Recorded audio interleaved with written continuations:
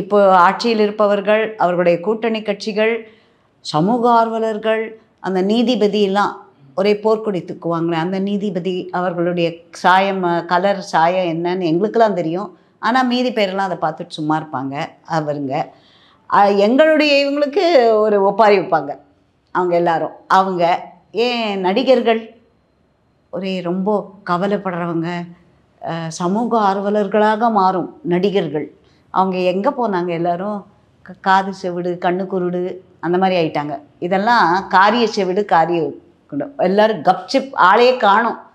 அவங்களாம் எங்கெங்கே போனாங்க, போய் ஒழிஞ்சிட்ருக்காங்களா, பூமிக்கு அடியில் போயிட்டாங்களா ஒழிஞ்சிக்கன்னு தெரியல. எல்லாம் இல்லை மேம், அந்த செய்ச்சல் ஐலாண்டில் போய் சுற்றுலாத்தலம் போயிட்டுருக்காரு நான் சூர்யா அவருக்கு. அதான் எங்கேயோ. ஆனால் அதுலேயும் அவர் போட்ட கமெண்ட் பார்த்தீங்களா? அடுத்து முதலமைச்சரே ஜெய்பீமை பார்த்து ரொம்ப மூவ் ஆகின முதலமைச்சர். அவருடைய ஆட்சியில் இதையும் சேர்த்து 25வது இது போல் இருக்குது. மாட்டுக்கொட்டா, கோயில் பின்புறம், அதெல்லாம் அந்த கோயில் ஈவோக்கு இப்படி யார் இதில் அவர் கொண்டு போகிறார், யார் அந்த சார், யார் அந்த இது, அதெல்லாம் மாறி மாறி வந்துட்டுருக்கு இதில். இப்போ யார் அந்த அக்கா எடுத்தா, யார் அந்த அம்மா எடுத்து போல இருக்குது. கோட்டையிலேருந்து பேசுவேன்னு சொல்லி அவங்க திமுக கொடி போட்ட காரில் போயிருக்காங்க. அது எவ்வளவு பாருங்கள், ஒவ்வொன்றும் தினம் ஒவ்வொன்று வந்துட்டுருக்கு. இன்றைக்கி இவர் அதுக்கு அந்த பையனுக்காக வழக்காட வந்திருக்கும் ஒருத்தர் ஏதோ சப்மிட் பண்ணியிருக்கார் ப்ரூஃபெல்லாம்.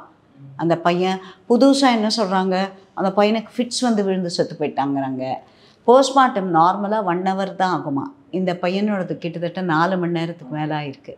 கிட்டத்தட்ட ஒவ்வொரு ரிப்போர்ட்டில் ஒவ்வொன்றும் எது உண்மைன்னு தெரில. ஆனால் கண்டிப்பாக 15 இடத்துக்கு மேலே அடிபட்டிருக்குன்றாங்க, 20ன்றாங்க, 30ங்கிறாங்க. ஒரு வேளை நாளைக்கு அது 40 கூட மாறலாமோன்னு உள்ள ப்ளீடிங்கெல்லாம். இது முதல்ல இது ஹெவி. முதல்ல எனக்கு இப்போ நான் உங்ககிட்ட பேசின தவிர்த்து அந்த 40 இடம் 30 இடம்னு வச்சா ஒரு துக்கம் எனக்கு. சின்ன பையன் வாழ வேண்டிய வயசில் இப்படி பண்ணிட்டாங்களே அப்படின்ட்டு. அதில் இந்த முதலமைச்சர் தூங்க முடியல அப்படிங்கிறாரு. இந்த மாதிரிலாம் நடந்தால் எப்படி தூங்க முடியும்? அவரும் தூங்க முடியாது, பப்ளிக்கு தமிழ்நாடு பொதுமக்களும் தூங்க விடுறதில்ல. ரெண்டுமே இருக்குது இதில். அடுத்து அந்த எஸ்பியும் அவங்க இவரையும் சஸ்பெண்ட் பண்ணியிருக்காங்க காத்திருப்பு பட்டியல். அதில் காத்திருப்போர் பட்டியலில் யார் மூல காரணம் இதுக்கு? எங்கேருந்து ஃபோன் எதனால் இவ்வளோ பெரிய ஆக்ஷன் எடுத்தாங்க? தினம் இப்படியே படிக்கிறோம் நம்மளே பாருங்கள். முதல்ல ஒரு கொலைன்னா அப்படியே ஆன்னு உட்காந்துப்போம். இப்போது ஒரு கொலை தானே, மதுரைக்கு ஒரு கொலையா 2ஆ? அது பரவாயில்ல, அந்த அளவுக்கு நம்ம மனசை தேத்தின்ட்டோம். ஆனால் இவங்களுக்கு அப்போ குரல் வந்துடும்.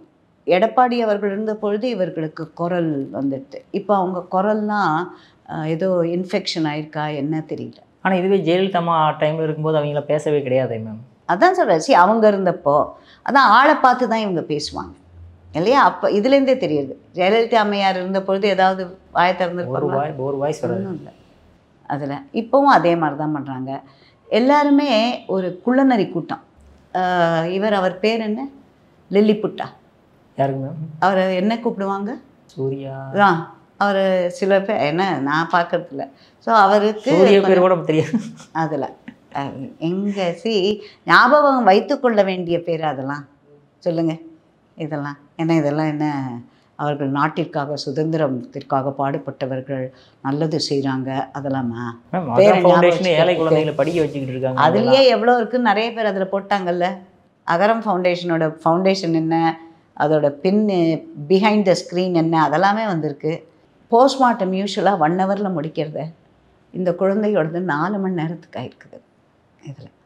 ஸோ அவர் இனிமேல் எப்படி தூங்க போகிறார்? தூங்க முடியுமா அவரால்? நம்மளாலேயே தூங்க முடியல. போஸ்ட்மார்ட்டம் எல்லாம் பார்க்கும்போது கடைசியில் மோஷனே போயிருந்திருக்காரு அப்படின்ற மாதிரிலாம் போஸ்ட்மார்ட்டம். இல்லை ஒரு எங்கெல்லாம் கூட்டிகிட்டு போய் அந்த பையனோட தம்பி எது கூட்டிகிட்டு போனீங்க? அந்த பையன் பார்த்தீங்க அன்றைக்கி வீடியோவில் லேடிஸ் எல்லாம் எங்கள் எல்லாரையும் வெள்ளம் அமைச்சிட்டு அடித்தாங்க. அந்த அடிக்கிற சத்தம் எங்கள் காதில் விழுந்தது. இந்த மாதிரி பப்ளிக் அவுட்க்ரை. நேற்று மேஜிஸ்ட்ரேட்டோட வண்டியை நிறுத்தியிருக்காங்களே, மேஜிஸ்ட்ரேட் வண்டியை நிறுத்தி அவர் இறக்கி நியாயம் வேண்டும், அஜித்குமாருக்கு நியாயம் வழங்கப்பட வேண்டும் அப்படின்ட்டு அவரோட இதை கூட போட்டிருந்தாங்க. அவர் கடைசி காரியம் அவரோட அந்த ஒரு நீதி நியாயமெல்லாம் கிடைக்காம ஒரு க்ரோயிங் இளம் தளிர்னு வாங்கல.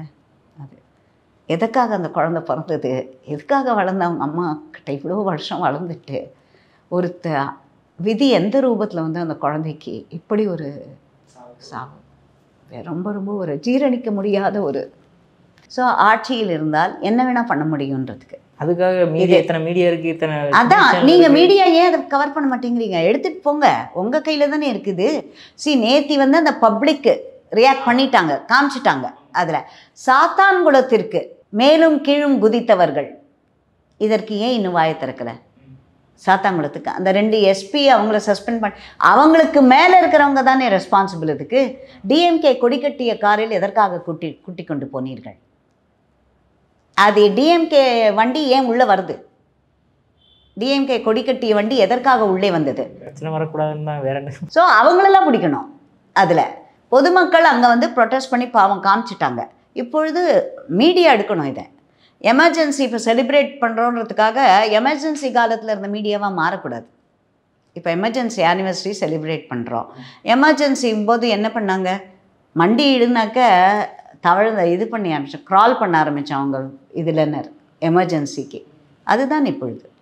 ஓகே மேம், கடைசி ஒரே ஒரு கேள்வி மேம். இப்போ இந்த விவகாரம் வந்து இன்னும் மேலும் எடுத்துகிட்டு போவீங்களா, இல்லை அதோட வந்து திமுக வந்து க்ளோஸ் பண்ணுற மாதிரியே எல்லா விஷயத்தையும் க்ளோஸ் பண்ணிடுவாங்களா? மடப்புறத்து காளி, அவளை தான் நான் வேண்டிக் கொள்ள வேண்டும். அந்த குழந்தைக்கு அந்த குழந்தை ஒன்று, அந்த குழந்தை இனிமேல் வராது. அந்த குழந்தை இனிமேல் உயிரோடு வந்து அதெல்லாம் ரூல்ட் அவுட் இப்போ அதில். ஆனால் அந்த குழந்தையை பெற்ற தாயார், அந்த அம்மாவுக்கு ஒரு நிம்மதி வரணும் இல்லையா? அதனால் மடப்புறத்து காளி நிச்சயமாக நீதிக்காக இருக்கிறவோ மடப்புறத்து காளி. உங்களுக்கு நம்பிக்கை இல்லாமல் இருக்கலாம் அந்த காளியோட அந்த கோயிலின் ஸ்தல வரலாறு அதெல்லாம், நாங்கள்லாம் நம்புகிறவங்க அதில். நிச்சயமாக அது ஏன் மடப்புறத்து காளி ஏன் அதை தடுக்கவில்லை அப்படின்னாக்க, எங்களை பொறுத்த வரைக்கும் இது கலிகாலம், அநீதி தான் ஜாஸ்தியாக இருக்கும் இங்கே. நீதி வந்து ரொம்ப ரொம்ப கஷ்டப்படணும். நீதி, நியாயம், தர்மம் அதெல்லாம் ரொம்ப கஷ்டப்பட்டு தான் வெளிச்சத்துக்கு வரணும். ஆனால் அநீதி, பொய், இதெல்லாம் அராஜகம், இதெல்லாம் சீக்கிரம் கலிகாலத்தில் ரொம்ப ரொம்ப ஜெயிக்கிற மாதிரி தான் இருக்கும். அதுதான் இதுக்கு. அந்த குழந்தைக்கு இது இன்னொன்றும் இருக்கலாம் கர்ம. பட் என்னை பொறுத்த வரைக்கும் அந்த குழந்தை அந்த குழந்தைய இது பண்ண இடமே ஒரு மாதிரி ரொம்ப கஷ்டமாக இருக்குது அதை பார்க்கச்ச. எதற்காக பிறந்தாய், எதற்காக வளர்ந்தாய், உன் தாயிடம் எவ்வளோ வருஷம், எந்த ஒரு ரைமு ரீசன் இல்லாமல் உனக்கு ஒரு முடிவு, உன் வாழ்க்கைக்கு ஒரு எப்பேற்பட்ட முடிவு. 30 இடத்துல அடிபட்டிருக்கு, தண்ணி கேட்கச்ச மிளகாப்பொடியை போட்டு கொடுத்தாங்க. இதெல்லாம் பார்க்கும்போது போலீஸ் வந்து என்ன ப்ராப்ளம் மேம் போலீஸ்க்கு அந்த அளவுக்கு? அவங்களுக்கு கவுன்சிலிங் கொடுக்க வேண்டிய நேரம் வந்துடுதா போலீஸ்க்கு? கவுன்சிலிங் டிஜிபி அவர்கள் நிச்சயமாக இதை பற்றி யோசிக்க வேண்டும். கவுன்சிலிங் வந்து எல்லா ட்ரக்கு இதுக்கெல்லாம் சொல்கிறோம். காவல்துறைக்கு கட்டுப்பாடும் அவர்களுக்கு கவுன்சிலிங் செய்ய வேண்டிய நேரம் இதுதான். முதலமைச்சர் ஒருவேளை இதெல்லாம் செய்து தூங்க முடியுமோ என்னமோ அவரால்.